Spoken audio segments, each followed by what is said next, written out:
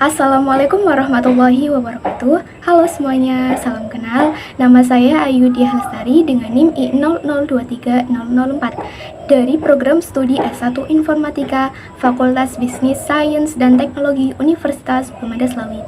Video ini dibuat untuk memenuhi ujian tengah semester mata kuliah game programming.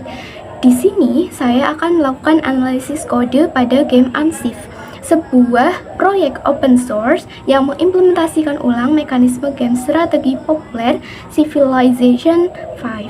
Fokus utama saya adalah mengeksplorasi fitur Touch Tree atau sistem teknologi dan penelitian. Saya akan menunjukkan bagaimana fitur ini bekerja di dalam games, menelusuri kode sumbernya dari IntelliJ IDE, menganalisis struktur dan desainnya, serta memberikan refleksi komprehensif atas pembelajaran yang saya dapatkan dari proyek ini, termasuk praktik maintainability yang diterapkan.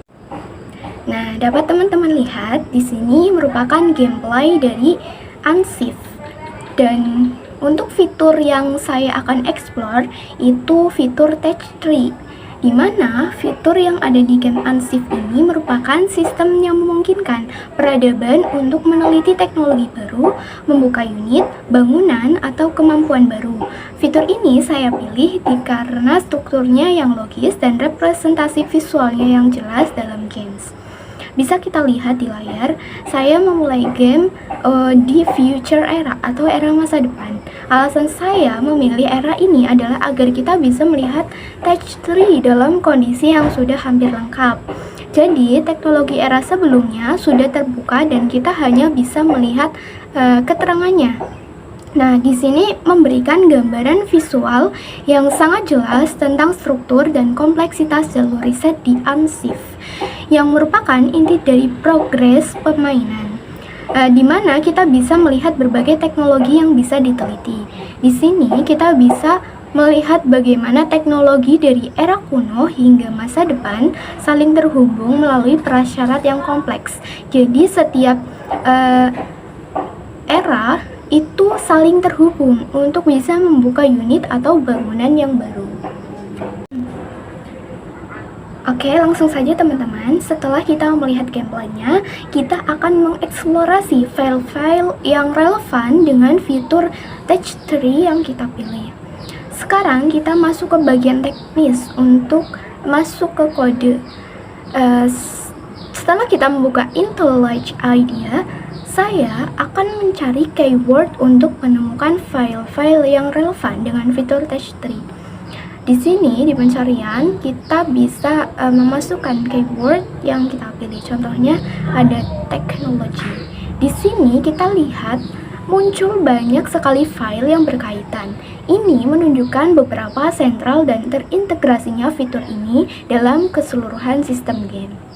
Nah, contoh kita pilih technology.kotlin.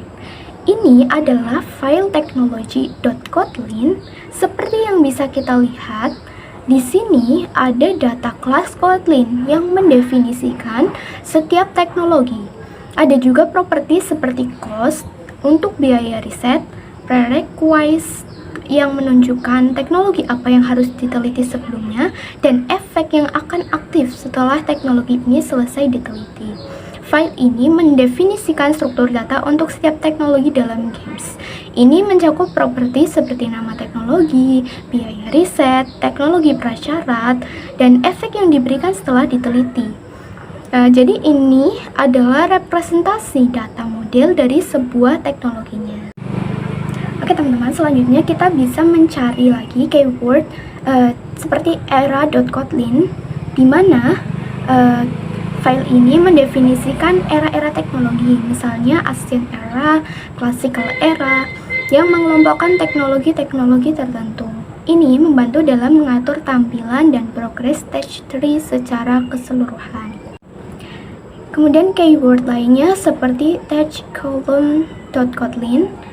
Di sini file ini kemungkinan besar digunakan untuk mengatur bagaimana teknologi ditampilkan dalam kolom-kolom di antarmuka Touch Tree, seperti yang pada saat kita lihat di gameplay.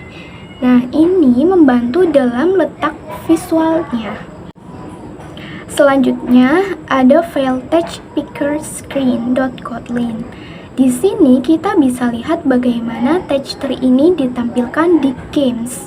File touchpickerscreen di folder UI screens picker screens bertanggung jawab untuk antarmuka pengguna. Di sini kode diambil data teknologi dari teknologi.kotlin dan status riset peradaban untuk membangun tampilan touch tree yang interaktif. File ini bertanggung jawab untuk antarmuka. Jadi touch picker screen ini digunakan sebagai UI user interface dari touch tree yang terlihat oleh pemain.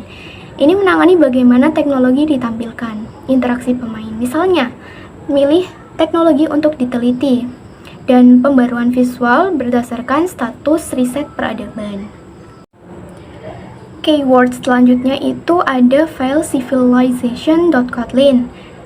Untuk logikanya, bagaimana game ini bisa tahu teknologi apa yang sudah kita riset atau sedang kita riset.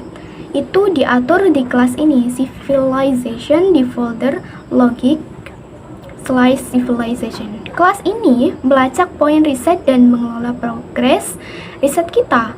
Jadi kelas civilization memungkinkan kemungkinan besar memiliki properti atau metode yang melacak teknologi yang telah ditentukan oleh peradaban, teknologi yang sedang diteliti, dan poin riset yang dihasilkan setiap giliran. Jadi ini merupakan bagian dari game logic yang mengelola progres teknologi peradabannya. Oke teman-teman, jadi seluruh file-file tadi itu memiliki hubungan antara file-file ini adalah contohnya touchpickerscreen.kotlin itu sebagai user interface yang bergantung pada teknologi.kotlin atau datanya, dan civilization.kotlin itu sebagai logika status untuk menampilkan informasi yang benar dan memungkinkan interaksi pemain. Civilization.kotlin itu logikanya menggunakan data dari teknologi.kotlin untuk memproses riset. Jadi secara garis besar, teknologi.kotlin adalah data, kemudian civilization.kotlin adalah logikanya, dan touchpickerscreen.kotlin adalah tampilan atau user interface-nya. Jadi mereka semua file-file ini bekerja sama untuk fitur touch tree supaya berjalan dengan terstruktur dan sistematis. Baik teman-teman, setelah saya menelusuri beberapa kode touch tree di Unshift, refleksi pembelajaran yang saya dapatkan dari kompleksitas kodenya, saya awalnya mengira touch tree ini akan sangat kompleks. Tetapi setelah melihat teknologi.kotlin, saya sadar kompleksitasnya lebih pada definisi data dan prasyarat. Jadi bukan pada logika inti riset yang mungkin lebih sederhana. Kemudian dari desain pattern, saya melihat adanya pola data driven design yang kuat, di mana data teknologi terpisah dari logika. Selain itu, ada indikasi observe pattern ketika teknologi selesai diteliti dan struktur graph untuk prasyarat teknologi. Kemudian dari kualitas kodenya cukup terstruktur, sangat rapi menurut saya. Penamaan file dan kelasnya itu sangat deskriptif, jadi membuat kode lebih mudah dinavigasi dan dipahami. Kemudian untuk keuntungan penggunaan Kotlin-nya, di sini penggunaan data kelas di Kotlin untuk teknologi.kotlin sangat efisien dan mengurangi boilerplate, fitur null safety. Kotlin juga membuat kode lebih robust dan menjaga banyak bug umum yang terkait dengan null atau nilai kosong. Baik teman-teman, kemudian di dalam konteks membaca kode Unshift itu ada 4 praktik utama yang membuat project ini sangat maintainable, yang juga merupakan standar dalam pengembangan perangkat lunak profesional. Nah, di sini saya menemukan 4 praktik maintainability dalam project Unshift dengan fitur touch tree. Yang pertama itu ada pemisahan perhatian. Pemisahan antara data, logika, dan user interface itu adalah kunci. Ini membuat perubahan di satu area tidak merusak area lain.